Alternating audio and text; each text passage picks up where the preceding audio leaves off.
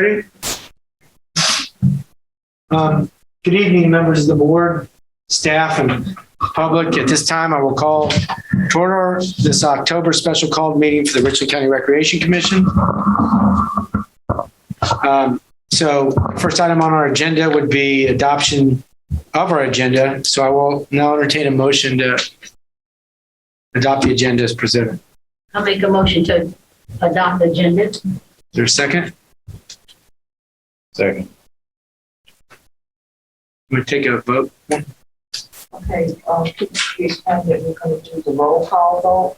Yeah, we used to do a roll call vote several, 18 months back, and it's just easier, I think. So we're just going to do it via roll call, if everybody's okay with that. Everybody okay? Yes. Just a little bit easier, a little bit clearer. Here. Okay. Anderson? Here. Lepine? Yes. Lindsay? Here.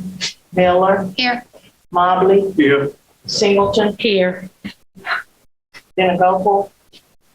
Not here. Motion passed. All right.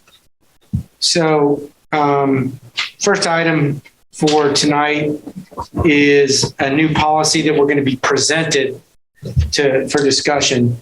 Oh, before that, new board members. Back here we have our new CFO that I don't think that you all have had a chance to meet. He was introduced before you all came on. His name's Ryan Inza. He's been on with us since about 2 months. About 2 months. Yep, 2 months. So we're really glad to have you, and I just want to introduce you to the rest of the board. All right. CFO, what that mean? Chief Financial Officer. So he's the head of our banking and finance. Nice to have you. Thank you. All right.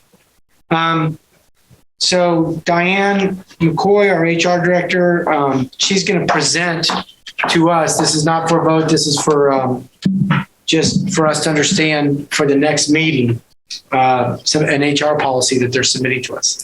Thank you, Chair Lepine, and welcome all new members of the board. And Ms. Lindsay, thank you so much for allowing me to speak tonight.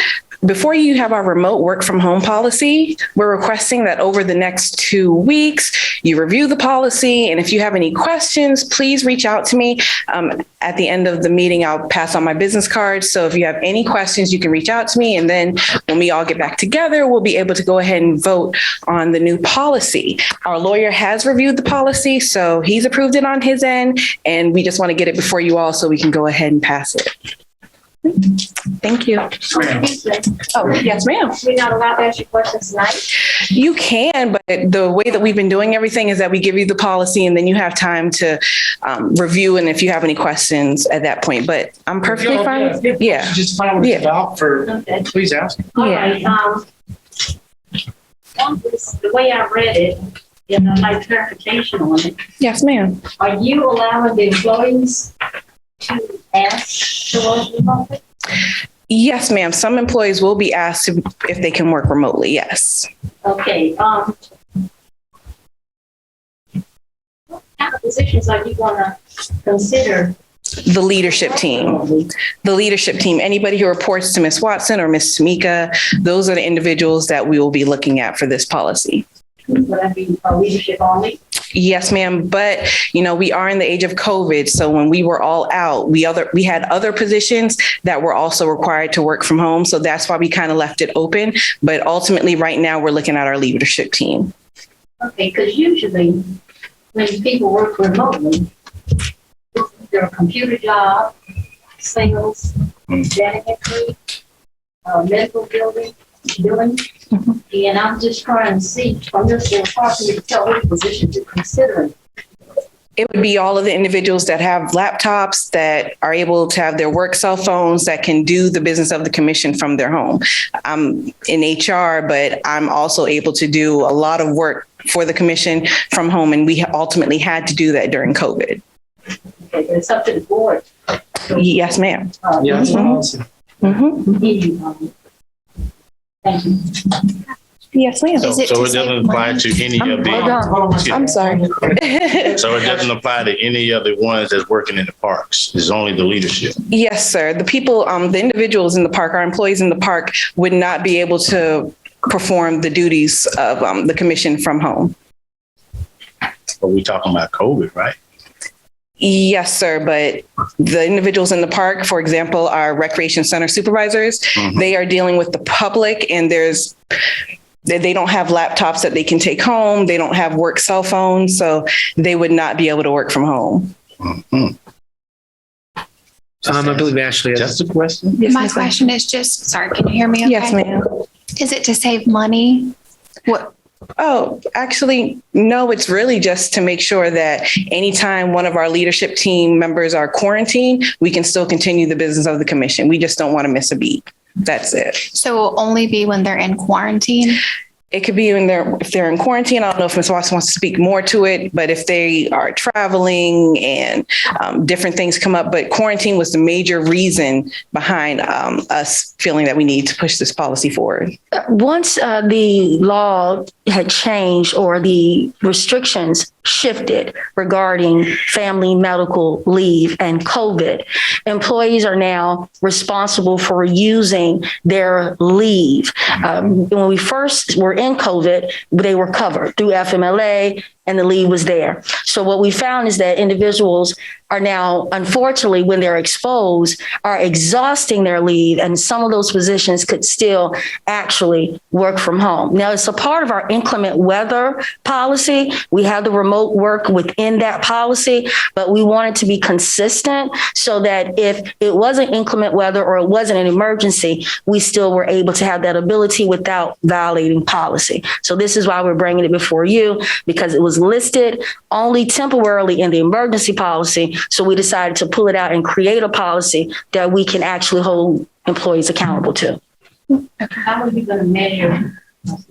How are you going to measure their work performance while they're at home? The same way we would measure their performance if they were in the building. That's communicating with your supervisor, making sure you're having weekly meetings, making sure that they are responsive to their emails during the day.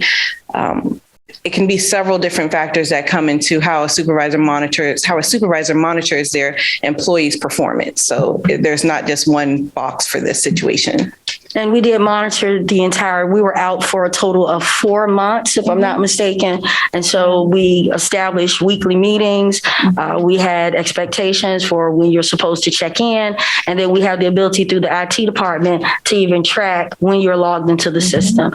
This is not something that we just want to arbitrarily just start doing, but because the leave was one of the issues that was brought up as individuals have to go out, we wanted to also offer the ability for work and family balance. So if an individual didn't have as much leave, they were still able to do the job and not exhaust all of their leave. Again, it is for your review, and we're here to provide any clarification. And as I listen to the original titles, I will say, and for years, those were the only individuals that were identified for working at home. But as the workforce has shifted and changed and the availability of electronics, it gives us the opportunity to expand it some. Any other questions? Commissioner Anderson, Alfonso, are you good? Because Yeah, I was just a question that Yes, sir. I was asking. Yeah, that was just something. Just I wanted to throw out there. That's all. Thank you, everyone. Y'all have a good evening. So, yeah, we'll just, if we all get our questions together for the next meeting. Yeah. If there's anything that comes up that you want to discuss, just write them down and we'll bring them up to the next meeting. All right. So moving along here, which I believe could possibly we'll need action on. And I'm going to let Cicely Shaw talk about a roofing contract of some sort. And Cicely will be joining us via Zoom. Good evening, Sarah Lupine, board members, and welcome new board members. This is Cicely. Calling via Zoom. I hope everybody can hear. Just a moment, sweetie. We can barely hear you. Can you hear me now? A little better, but not great. Not much. And Can you speak again, Cicely? Can you hear me now? Yes. Okay. Good evening, Sarah Lupine, board members, and welcome new board members. You have in front of you a contract for multiple roofing repair replacements for Meadow Lake Park, Friars Gate Park, and Kaufman Road Park. The total of the contract is $368,000. And the awarding contract went to ADT Restorations, LLC.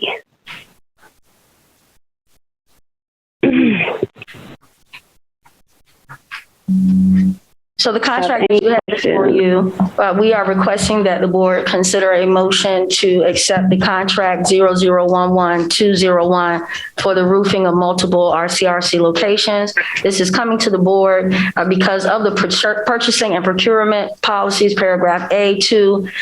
2B states that all purchases over $100,000 shall be formally approved by the executive director and the commission. I have a question on that. Yes, ma'am. How many estimates or bids did we get before? And it's only 3 and 368,000. That's a lot of money. Did you hear that question, Cicely? It was how many bids did we receive for this? And was this the best or the lowest bid I don't think that we take the lowest bid, Ms. Miller. We based off of qualifications, not just the lowest bidder. Do you remember the number of? We did have 3 bidders. It was a request for proposal, so we did not just go with the lowest bidder. We did go with qualifications, which meant that we looked at their references, some of the previous jobs that they did. I will tell you this is not the highest bid that we did receive. However, we do take the dollar amount into consideration with all those other things, and we have a grading scale that we do. So only 3 bids were? Only 3 bids? And why are we using a company out of Greenville and not anywhere in maybe Richland County or local here? Sometimes we don't get bids here from Columbia, South Carolina, or within Richland County. I do advertise on FIBO, which is a statewide website. Okay. So, I'm sorry, I need a little more volume. What did she say? Sometimes she advertises on what? She advertised on FIBO, which is a South Carolina business opportunity website, the same website that the state uses to advertise their solicitations. Okay, so I have 2 questions. The first question is, we had 3 bidders, and are we saying that we did not receive a bid from a company that is based out of our own county? Are we saying that we did not receive a bid from a Richland County business? Cicely, I have to go back and look at those 3 bids and see which area they were from. To be honest,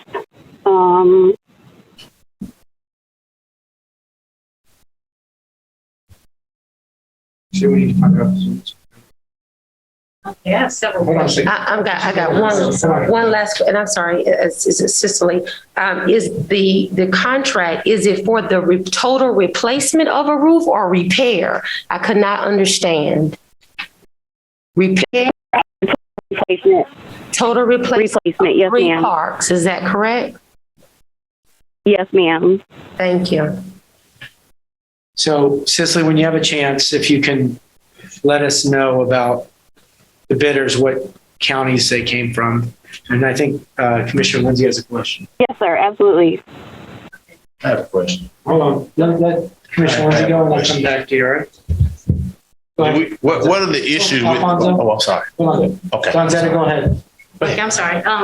First of all, I think it would help the new board if we had received a copy of the policy for 9045. you do have the copy of the policy. It was a part of the policy book that was distributed during the orientation to procurement policy. Okay, well, it would help if you give us another one because I didn't see it in my package. And I have one of the same questions. I don't understand a couple things. This bid was already pre-dated for September 28th. And that was before the board even discussed this. contract? The board doesn't discuss the actual documentation, the RFP or the RFQ. The board discusses the information that returns from those requests for proposals or quotations. We don't receive an approval for our documentation that's a part of our day-to-day.